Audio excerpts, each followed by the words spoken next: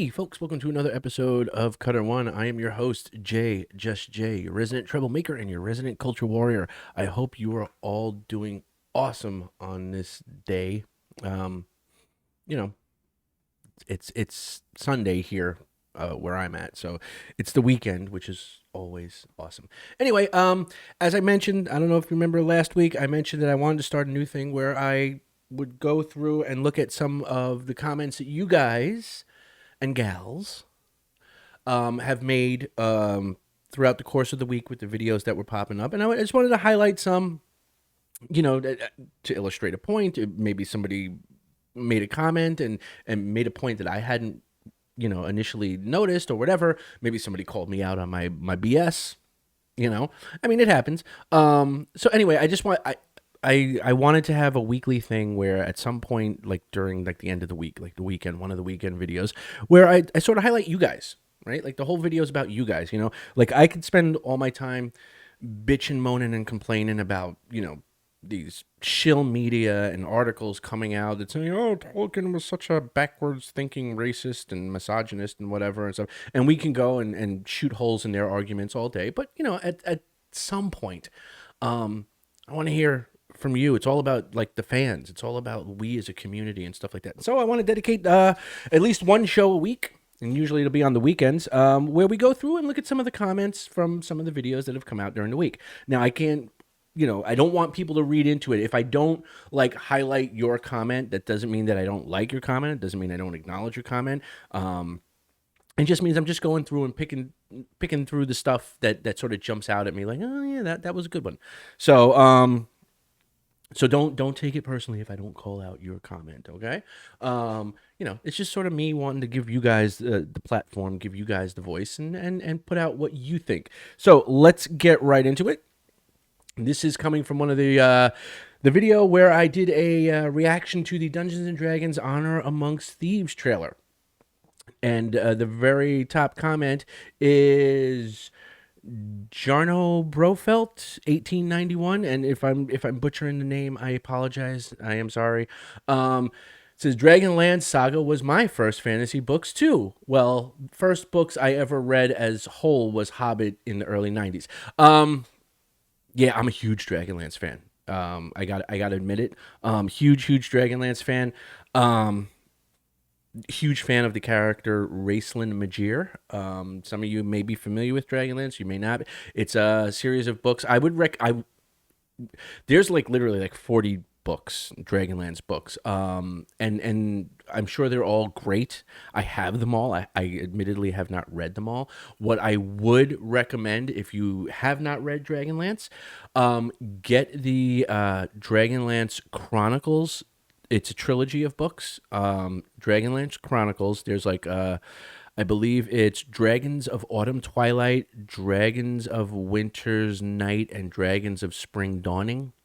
They're like the original 3 books, right?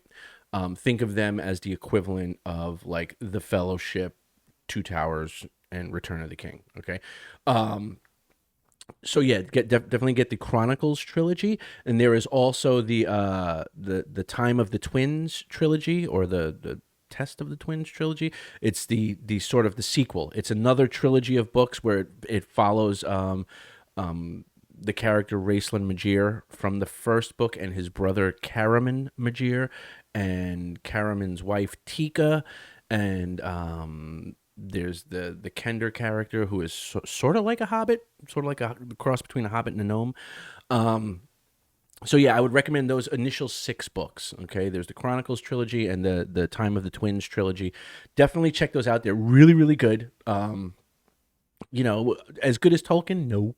Definitely inspired by Tolkien. You can definitely see that the authors Margaret Weiss and Tracy Hickman got inspiration from Tolkien. It is 100%, it is apparent. It is thick with Tolkien-esque vibes, those books. So I would definitely highly recommend checking them out, if that's your thing, if that's what you're into. But yes, I'm just going to call you Brofelt because I don't want to screw up your name. Totally agree. Yes, Dragonlance, a huge thing.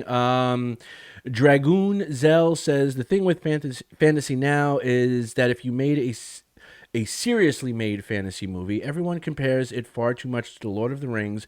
Whether you want to admit it or not, it's still true. And really, people need to come to grips that fantasy movies do not have the budget to be like The Lord of the Rings, nor should they be a copy of it.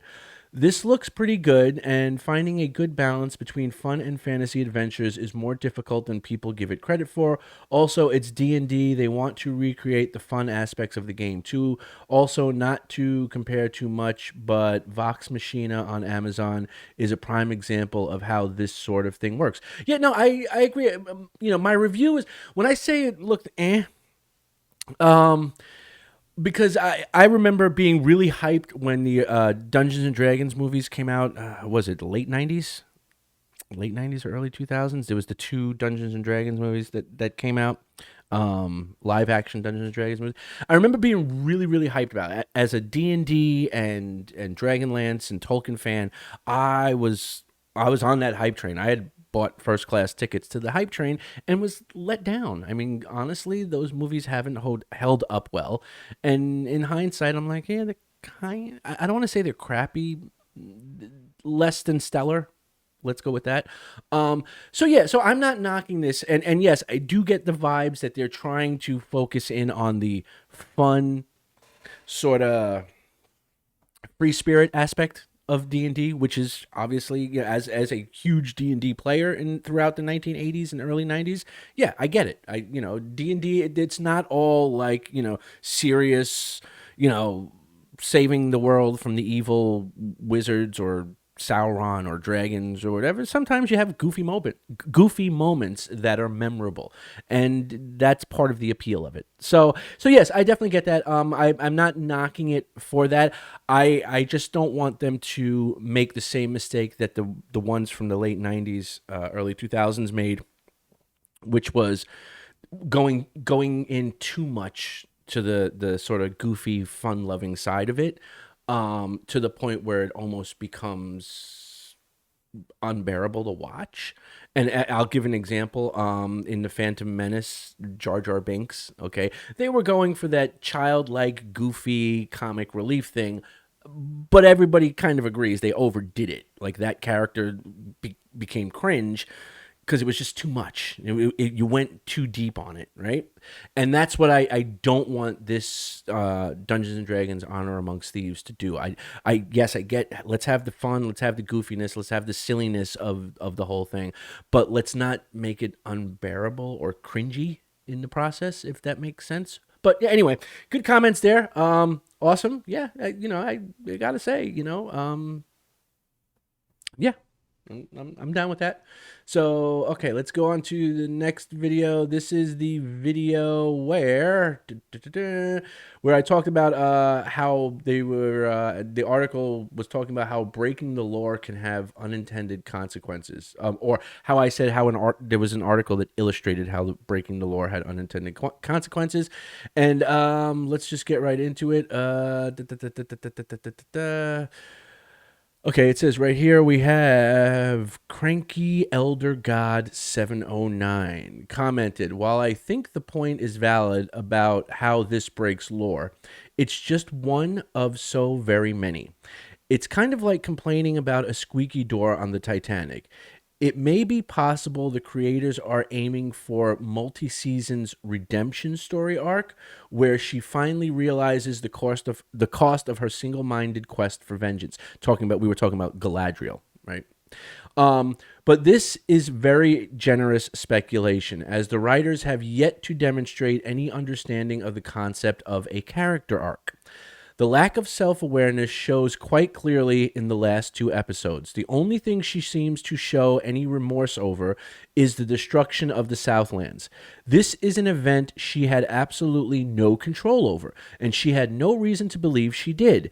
And since, apparently, a bit of pyroclastic flow to the face doesn't actually hurt anyway, she has little reason to feel remorseful.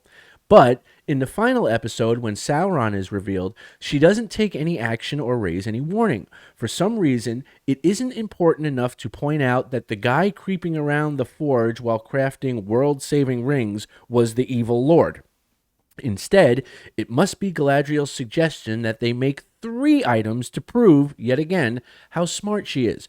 The rationale for creating the rings at all is also problematic. It's the elven ring. If the elven rings are needed to save the elves from the Middle Earth tree goo, I like that.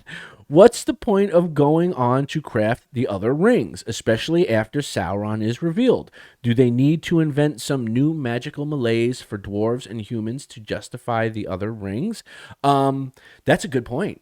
Yeah, if that's why you're making these rings to fight off the evil, you know, tree goo of Melkor, um, then yeah, what would be? Why do you need the other, you know, rings at all? Why do the men need rings? Why do the dwarves get rings? I know what people who know the lore are going to tell me. I'm just saying this is a very valid question. Okay, based on the show, if the purpose of the rings in the show is to stave off this decaying tree goo stuff, then what would be the purpose of creating additional rings? Right? They've already created the 3 for the elves. Why would you create the rest? That's a good point. That's a good point, Cranky. Cranky, you're making a damn good point there. There you go. There you go. The shill media right now is like, ugh, another one that thinks. Good point. All right. I like that. I hadn't thought of that.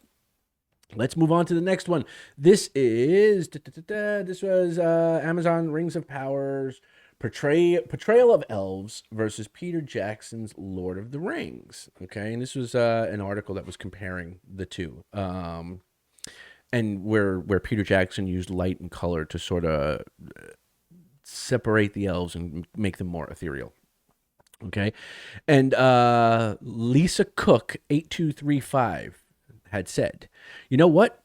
I suspect the look given the elves is entirely deliberate. The lack of the ethereal quality Jackson imparted, but also not uniformly using actors with regular or delicate features, using middle-aged men as Gil-galad and Celebrimbor without disguising their age, etc. The effect is of humans cosplaying. It underlines the deconstruction of characteristic elvish motives like healing for its own sake. Elves in the show are just out to save themselves." That's a damn good point, Lisa. That's a damn good point. It may be because as somebody, and I've mentioned this with somewhat of a background in filmmaking and stuff like that, your choices are all deliberate. There is nothing that gets in front of that camera that gets put out to the public that wasn't scrutinized at least multiple times by the director, by the producer, by watching your dailies, in the editing room. This stuff gets viewed. So you may be onto something that their lack of elvishness compared to Peter Jackson may actually be deliberate. That's a good point. And then Bear 4020 in there with a key element of adapting a work to a different medium is to capture the essence of the original using the characteristics of the new medium. Jackson succeeded while Pain and Decay failed miserably. Absolutely, Bear. 100% dead on. Yeah, I mean, there's nothing to add to that. Between Bear and Lisa, Lisa makes a damn good point that I hadn't really thought about. That yes, it may be intentional that they're wanting the elves to not look as elvish anymore. And Bear bringing up the good point that you can adapt something, but the whole point is to the essence, to get the feel and the vibe and the heart of what it is into the new medium. Okay, if you can't do that, then you're not doing an adaptation. You're pillaging, somebody else's work. Anyway, good point, Bear. Good point, Lisa. All right, let's get on to the next one. This one comes at us. This is from the video I did where it says, the article tries to explain Sauron's actions in Rings of Power and gets Tolkien lore all wrong. Okay. Let's see. What was the one I was looking at? Oh, yeah. This is where Terry Stewart, 1973, commented and said exactly right about Finrod from the Silmarillion. They buried the body of Felagund upon the hilltop of his own isle, and it was clean again. And the green grave of Finrod, Finarfin's son, fairest of all the princes of the elves, remained inviolate until the land was changed and broken and foundered under destroying seas. But Finrod walks with Finarfin his father beneath the trees in Eldamar, and from the lay of Lathian that he, quote, now dwells with Amarie. Yes, that's exactly what I was saying. And, had the showrunners sort of stuck to that, it it's, there's nothing there. You end the show in the first episode. But I digress. Absolutely. This is Lorcan Abbott 4614 says, absolutely. To me, this is the last nail in the coffin of Rings of Power. The entire plot is based on a direct and blunt betrayal of the actual lore. It ignores one of the most beautiful stories in the Legendarium, only to make Finrod's sister a revengeful, arrogant, and self-righteous teenager. That's exactly it. That's what they did that for. Let's see. Okay, let me see if I can do this without screwing it up. Jeris Sakamano 7422. If I butcher your name, I'm sorry. Finrod is the one death that goes against everything Tolkien believed because there is no heroic honor or justice for him. In fact, just the opposite. It sends his sister on a path of destruction and enmity that leaves her vulnerable to the exact manipulation that Sauron is capable of, unquote. That's quoting what the article said. In the Silmarillion, Finrod died protecting Beren, so what she says makes no sense, as usual. Something else that makes no sense is that if Celebrian is actually around somewhere at this point in their bastardization, why would Gil-galad put Galadriel on a ship to Valinor? That's a good point. That's a good point. I hadn't even thought about that one. Yeah, if Celebrian is supposed to be around right now, Gil-galad was like, hey, listen, don't worry, somebody else will watch your kid forever. Good point. Good point. Let's see what else we got here. I like this one from Nathaniel Zettel 6323. Does it not occur to her that the reason Sauron flashed back to when he did is because those were scenes they'd already set up and shot? Absolutely. Absolutely. As a filmmaker, yes, you set a shooting schedule, and shooting schedule usually means when you're doing a film production, your shooting schedule on a specific day, you will try to get as many of the shots that use a particular location as you can while you're there. So this way you don't have to go back. So films are not shot in sequence. So you could, if the last scene of a movie and the first scene of the movie take place at the same location, let's say it's an open field, right? You're going to set up your shooting schedule so that everybody shows up to that open field, the location when you're going to film, and you only have to be there one time. Okay, so you film the opening shots of the movie, you film the closing shots of the movie. If there's any shots in between throughout the middle of the movie, you film those also while you're there. So this way you can use the location and then you're done with it, right? So yeah, I wondered about that too. Is that like, yeah, the reason why they probably went back is because they had already had the location locked down. They had already had the lighting locked down. The crew and everybody was already there. So they were going to like, you know what? We'll do the children's shots on Saturday, and we'll do the grown-up Galadriel flashback on Sunday. And this way everybody was there, and they got to use the set and location in one shot, and then they were done with it and moved on. So yeah, that's probably right. You are probably right, Nathaniel. That's what they did. All right, and this comes from the most recent one. Well, yeah, one of the most recent one, where I said that the article says that the Rings of Power Galadriel was more accurate than the Lord of the Rings Galadriel. And this one sparked a big conversation, which I love. And the person that sort of won this conversation, if there was a winner, would be Tar Alenion Moranway, 1275.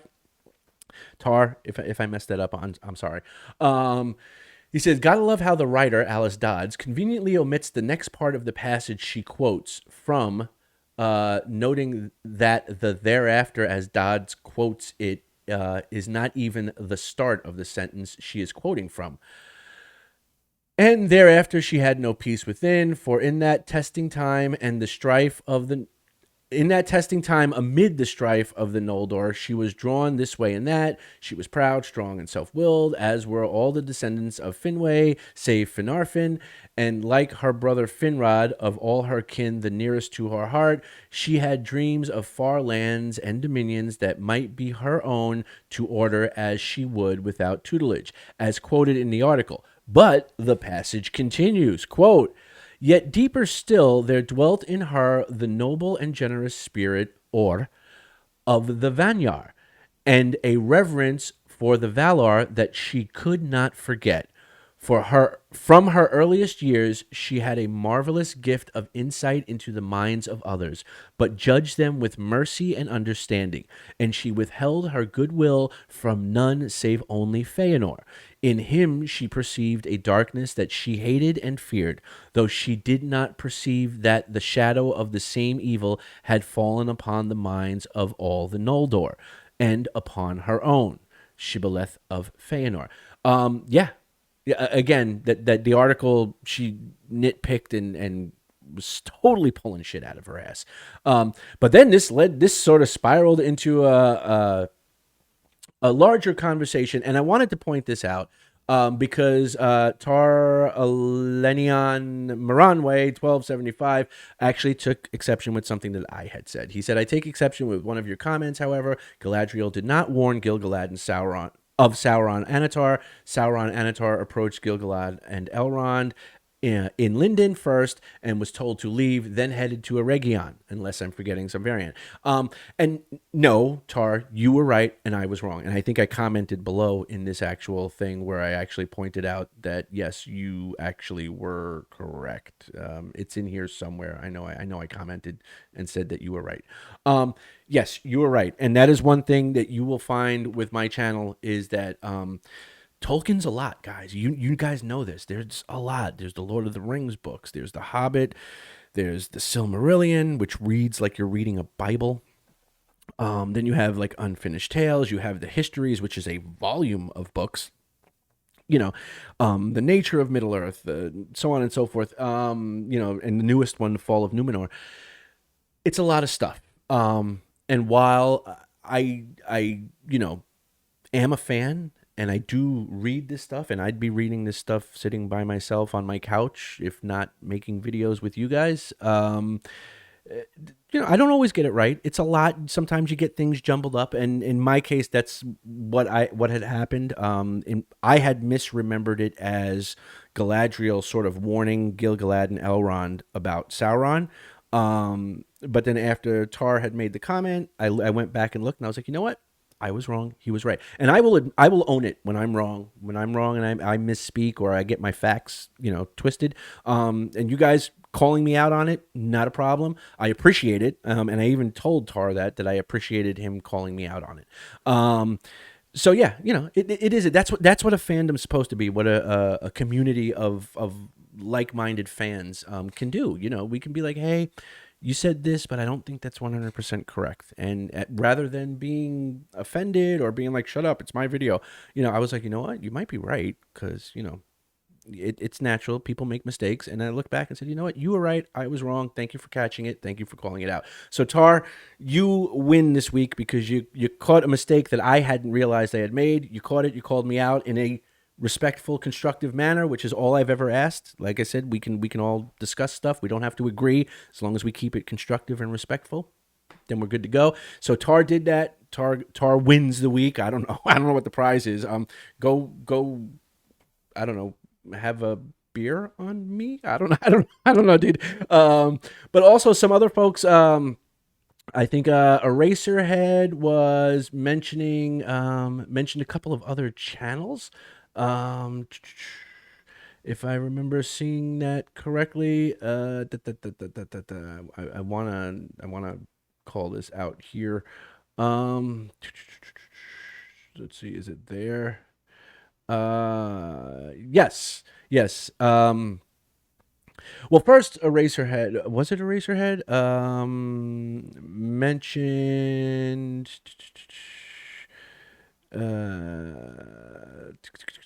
Oh yes. Yes. Eraserhead 666 had mentioned Tar, also commenting on other channels like Tolkien Untangled and other Tolkien related channels, um, and said that if he wanted to maybe be appearing as a guest here on this show, like I'm assuming through some Zoom or something like that. And yeah, I would have no problem with that. Tar, if you ever, I know you said you didn't have the necessary equipment, and that's cool. But if you ever find yourself with the necessary equipment and you were interested in doing that, I'd love to have you on, man. Like I said, you were able to catch a mistake that I made, and that shows that you're on point. You know what you're doing. You know what you're talking about.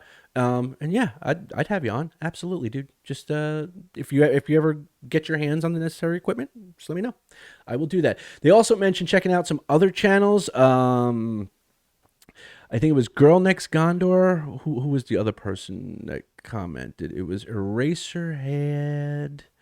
Oh, and Macaru112 and Eraserhead were discussing. There was some other channels they said to check out. Girl Next Gondor and Clueless Fangirl were cover the same thing, and that I think I'm just looking through here. Oh yeah, and Macaru112 said Cutter One should talk with MOW and Clueless Fangirl as well as Girl Next Gondor.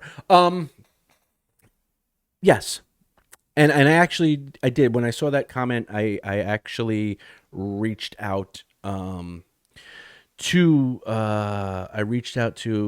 when you say MOW, I'm assuming you meant Men of the West, the channel Men of the West. I reached out to them and they actually got back to me. Seems like a cool dude.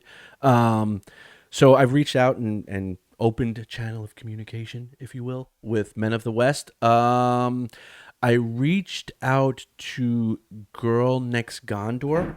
Haven't heard anything back yet, but as soon as I do, I will let you guys know. Would absolutely have no problem doing some sort of like joint live stream with other Tolkien channel content creators. I think that would be actually kind of cool, to be honest with you.